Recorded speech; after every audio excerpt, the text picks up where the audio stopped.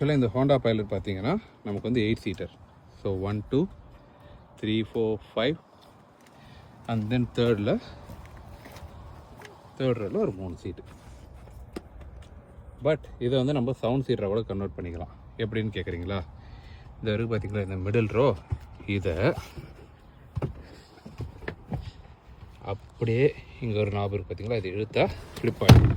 இப்போ hand rest.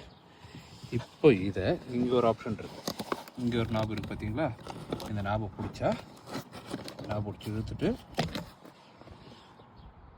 இந்த நாபை பிடிச்சி இழுத்திங்கன்னா இது ரிலீஸ் ஆகிடும்.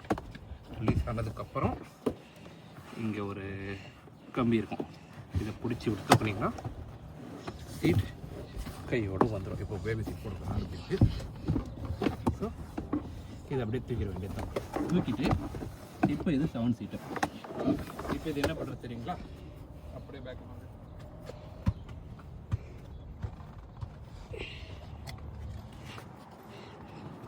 இதுக்கு தான் இந்த இடத்துல இந்த வண்டியில் ஒரு போர்ஷன் கொடுத்துருக்காங்க.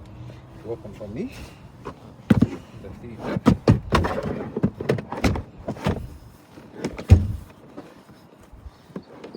அப்படியே வச்சு லாக் பண்ணிடலாம்.